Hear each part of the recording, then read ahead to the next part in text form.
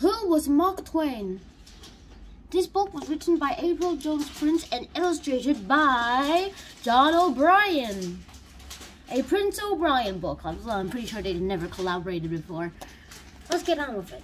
You might recognize Mark Twain from his most notable works.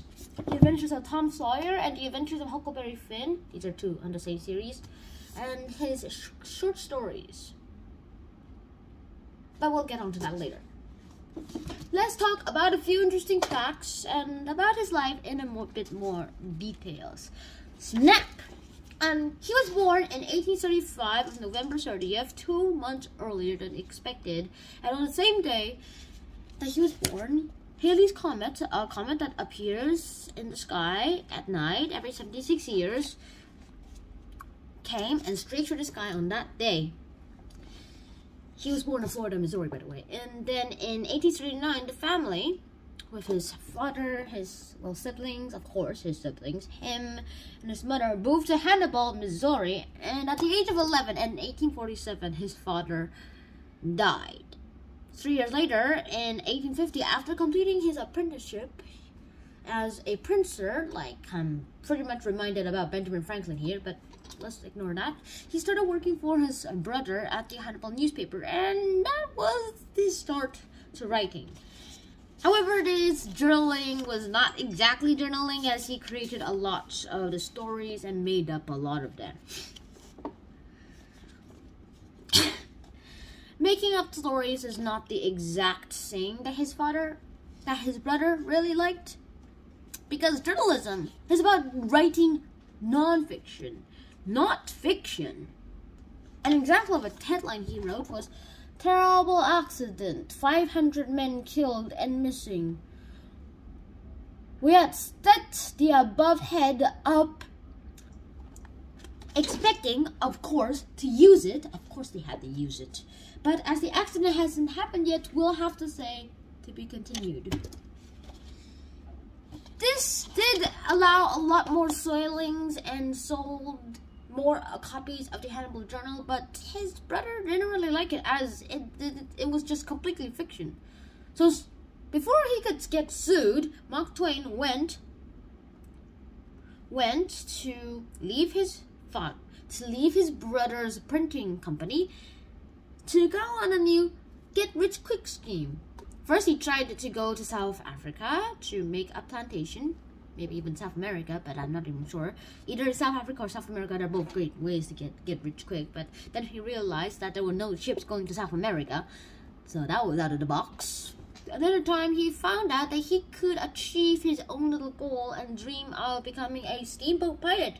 He went under the wing of a guy named Bixby, that's his last name, and 2 years after this apprenticeship, he was able to get his pilot's license.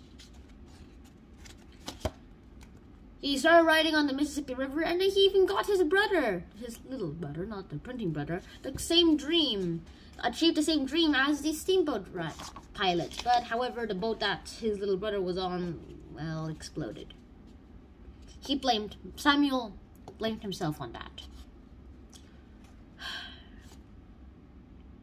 In 1863, while he was working for the Virginia City's Territorial Enterprise, he adopted the name, and the most famous name of all, Mark Twain. And let me tell you an interesting story why he chose that name.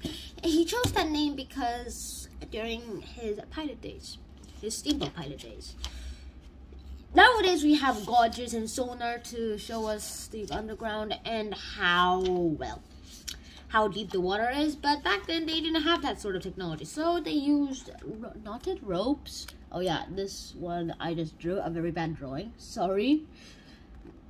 With 6 notches, with a lot of notches in it. Every 6 notches they tied a knot, and the water had to be at least 2 knots deep, so that it was the border between safe and danger. So it's nearly a danger, or it's just it's just a little safe. It was safe enough though. And if it was exactly 2 knots deep, then they'd shout Mark Twain. And the mark as the knot, and Twain was another word for 2.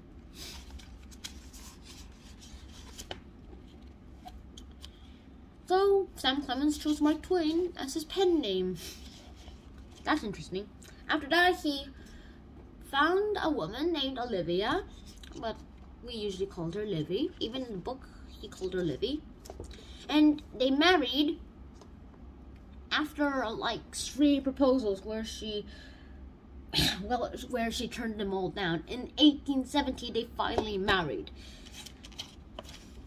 In 1876, Mark Twain published The Adventures of Tom Sawyer. Then he published The Prince and the Pauper, and then after that he created his own publishing company, which published the first edition of The Adventures of Huckleberry Finn, the sequel to The Adventures of Tom Sawyer.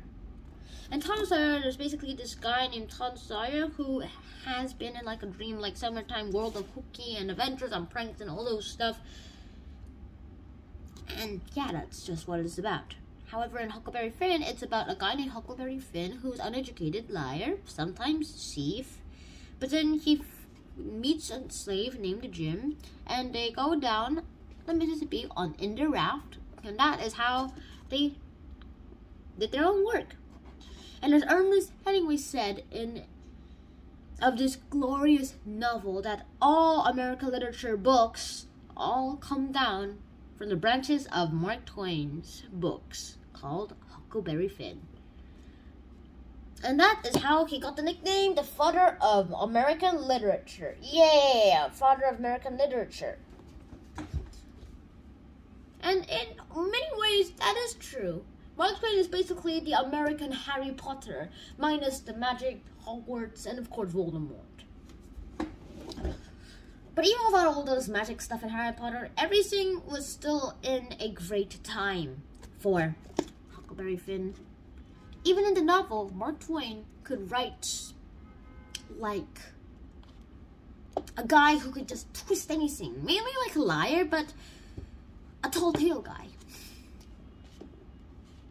In 1894, the publishing company that he used to publish Huckleberry Finn was bankrupt, and he had to go on a tour of lecturing to get all the money he needed to pay back his debts of over $1,000. And that all happened in 1895. In 1904, his wife Livy died on June 5th, and in 1907, Mark Twain, received an honorary degree from Oxford University. And last interesting fact here, in 1910, April 21st of 1910, Mark Twain died, with haze coming streaking through the sky that very night.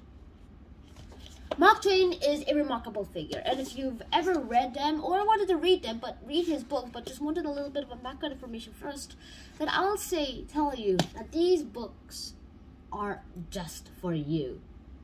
Tom Sawyer, Huckleberry Finn, and his complete short stories are all classics, and we'll never really forget any of those books at all. Because no matter what, Mark Twain is America's J.K. Rowling. I'm still not sure where I got that analogy though, but wherever I got it, it's a pretty good one. Hope you guys enjoyed this episode. If you guys did enjoy this episode, please like, share, and subscribe to the channel if you haven't already. And I'll see you guys in the next episode. Now, peace!